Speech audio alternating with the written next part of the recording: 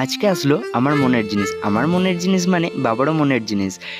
খুলে আনবক্স করছে, তোমরাই দেখে নাও জিনিসটা কী ছিল। একটা স্যুটকেস। হ্যাঁ, এটা বাবা পছন্দ করেছিল, তাই না? কত কালারটাও কত সুন্দর লাগছে।